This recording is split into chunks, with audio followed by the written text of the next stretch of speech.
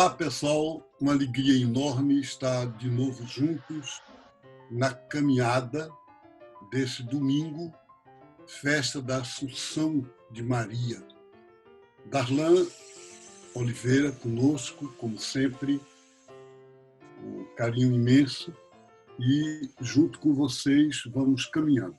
Darlan. Salve, Marcelo, salve a todos e todas que nos acompanham. É sempre uma alegria estar aqui caminhando com esse povo, né? Aprendendo, refletindo, discutindo. E a cada semana a gente vai se alimentando do Evangelho, da Sagrada Escritura. No Brasil, neste domingo, Marcelo, a igreja celebra a Assunção de Maria. E a gente percebe que como essa doutrina pode significar alguma coisa, né, de que forma essa doutrina pode trazer um significado, um ressignificado para a humanidade de hoje. É muito importante essa pergunta que você faz, porque a linguagem tradicional, que é Maria subiu ao céu de corpo e alma, o que significa isso hoje em dia, né? As pessoas perguntam, esse corpo foi para onde? Como é que no universo atual, com toda a ciência, né, a gente pode imaginar uma subida para o céu de alguém, né? Então, é lógico que é muito importante vamos caracterizar dois elementos. O primeiro, eu acho muito bom, isso que a fé cristã não se interessa só pela alma, só pelo espírito. Tem gente que tem uma espiritualidade que rejeita isso. Para eles, o importante é o espírito e o corpo é apenas um invólucro, um envelope. E o cristianismo diz não. O corpo é templo de Deus, Deus se revela no corpo, a corporalidade é uma coisa muito importante. E aí a ascensão, a assunção, ela tem que ser corpo, alma, tudo. Agora, não é nessa linha de uma revivificação depois da morte, em que o corpo morto, de repente, se levanta e vai subindo lá para cima como se o céu fosse em cima.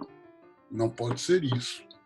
Então, tem que se descobrir um modo novo de entender esse processo. Mas o que é bonito, o que é bom, é esse processo de saber que a gente se eleva, que a gente é chamado para cima, mas para cima no sentido simbólico do termo, entende, Darlan? Então, Marcelo, a gente pode dizer que essa assunção é um processo de elevação que acontece na própria vida, no dia a dia? Isso. Para algumas espiritualidades orientais, por exemplo, no hinduísmo, a alma individual, que eles chamam de Atma, mergulha na alma cósmica da divindade, que eles chamam Brahma, daí vem o brahmanismo. Mergulha como um peixe mergulha no mar. Então, o destino de todos nós é nos divinizar.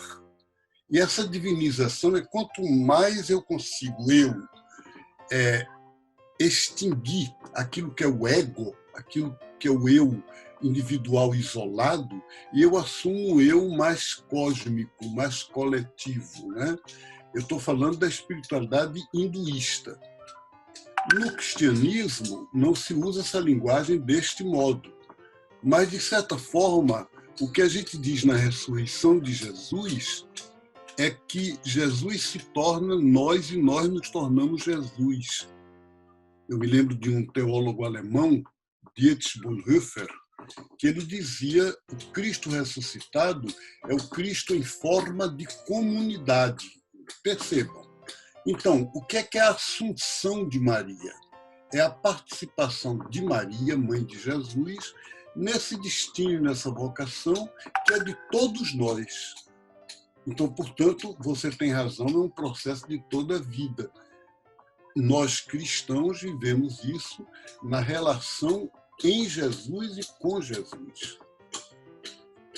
Muito bem. Neste domingo, a gente reflete, né, o Evangelho de Lucas, capítulo 1, versículos de 39 a 56, que conta a visita de Maria, grávida, à sua prima Isabel. E aí, o que eu queria perguntar agora, Marcelo, é O que esse evangelho nos diz sobre esse assunto que a gente tá falando? O Evangelho conta que Maria acabou de saber, pelo anjo Gabriel, que ia ser mãe de Jesus, acabou de saber. E ela deixa sua casa e sobe a montanha, vai a pé, pelas montanhas da Judéia, uma região muito montanhosa, para ir ajudar a prima Isabel, que era uma pessoa de idade, e também tinha ficado grávida, uma gravidez de uma pessoa já idosa. Então, essa subida de Maria na montanha para servir, ela é um símbolo da assunção, quer dizer, dessa subida. Não uma subida para o céu, como um avião sobe, como um foguete sobe, mas uma subida no sentido que a gente se eleva na vida, e quanto mais a gente se eleva, mais a gente se dispõe a servir. Quanto mais a gente serve, mais a gente se eleva. Maria subiu a montanha para ajudar, como se ajuda no serviço doméstico, na cozinha, na limpeza da casa, a uma prima que estava idosa e grávida.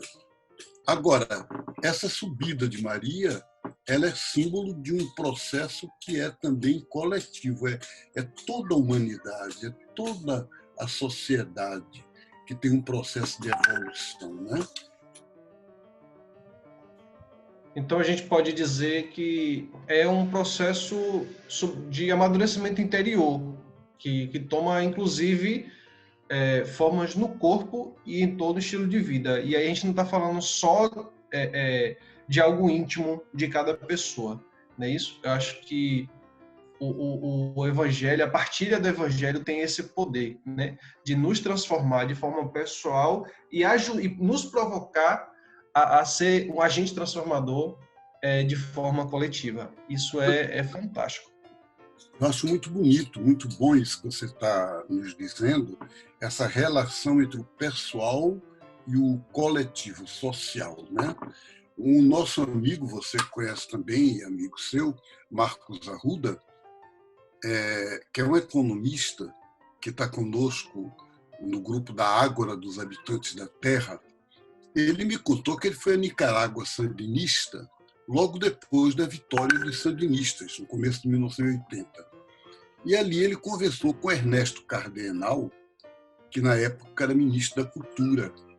E o Marcos ficou admirado porque o Marcos tinha dito a ele: parabéns pela vitória da Revolução, vocês ganharam, alcançaram, chegaram ao ponto que vocês tinham a vida inteira lutado.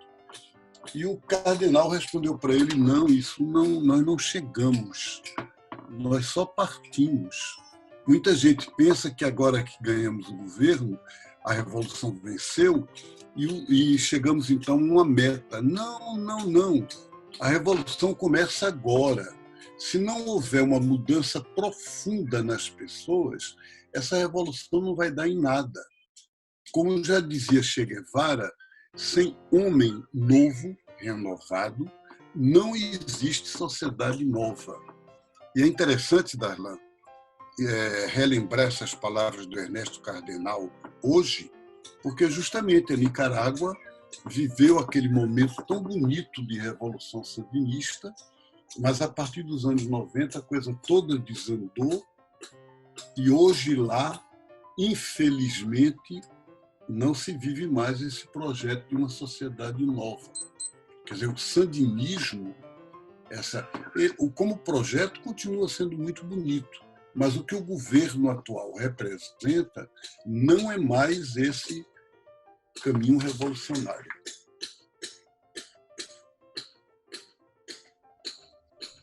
Então, trazendo mais para um contexto, né, dando continuidade ao contexto do Evangelho, a gente pode dizer que Maria, a mãe de Jesus, ela se torna esse símbolo e figura de toda a humanidade renovada.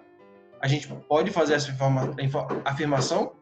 Pode, a igreja diz isso, a igreja diz Maria é mãe da igreja e é figura da humanidade renovada. E hoje, na missa de hoje, a gente tem esse evangelho da visita de Maria e Isabel, mas tem como primeira leitura o livro do Apocalipse 12, capítulo 12, no qual aparece uma mulher grávida, né, no céu. Por que a mulher aparece no céu? Um modo simbólico de dizer que ela vem de Deus, é dom de Deus. Dizer que vem de Deus é dizer que apareceu no céu. E que ela é grávida de quê? Ela é grávida de um ser humano novo. Ela é grávida da humanidade nova. E é interessante porque celebrar a vitória de Maria, Mãe de Deus, é dizer que a gente acredita na vitória da nossa luta social, política, ecológica, espiritual, que a gente tem esperança, que a luta não é uma coisa assim que você briga, luta, se desgasta e a coisa fica por isso mesmo. É muito importante dar esse aspecto.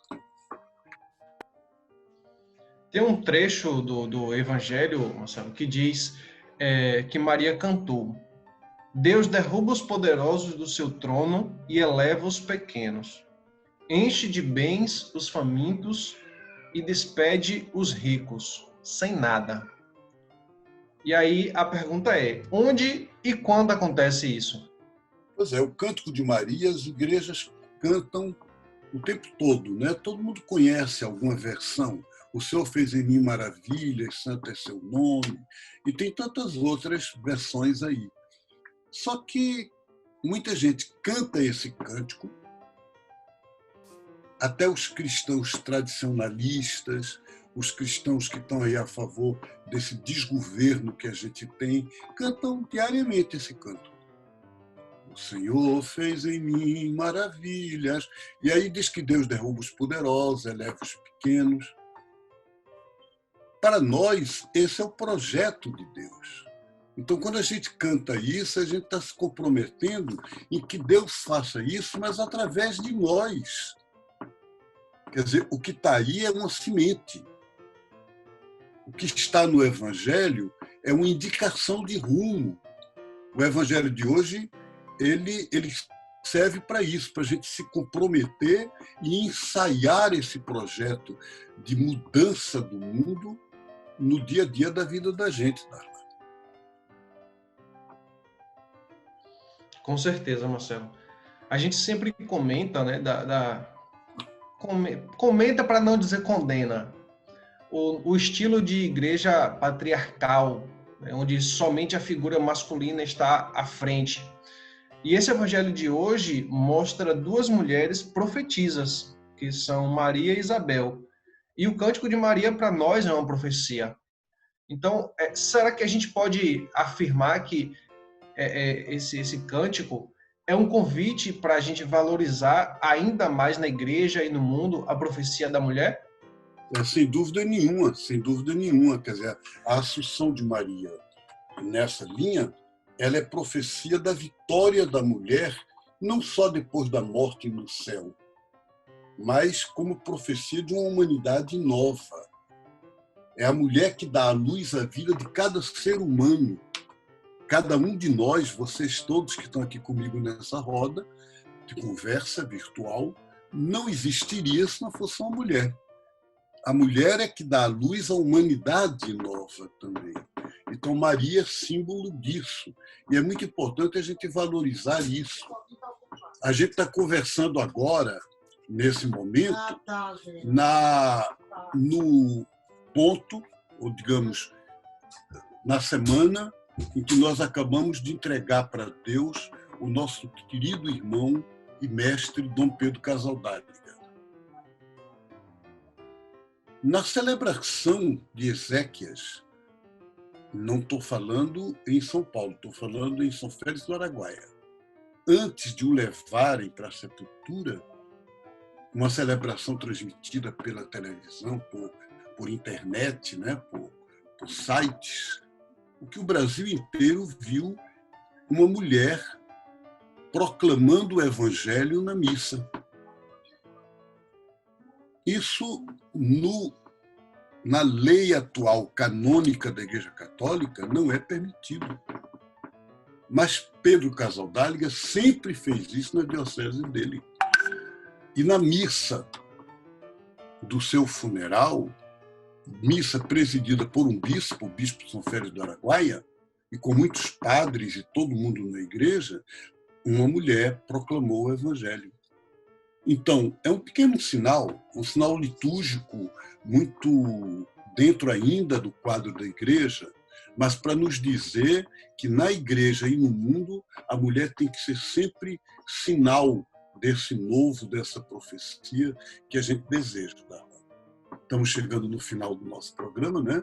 Mas o que eu acho que a gente, por exemplo, as comunidades cristãs populares hoje celebram Nossa Senhora da Glória, Nossa Senhora da Vitória. Quer dizer, são sempre títulos, Nossa Senhora do Monte. Então, são todas expressões desse mesmo fato. Maria, símbolo da luta vitoriosa da mulher. Parabéns para todas as mulheres e vamos em frente, né, Darlan? Caminhando. Beijo no coração e a gente segue caminhando.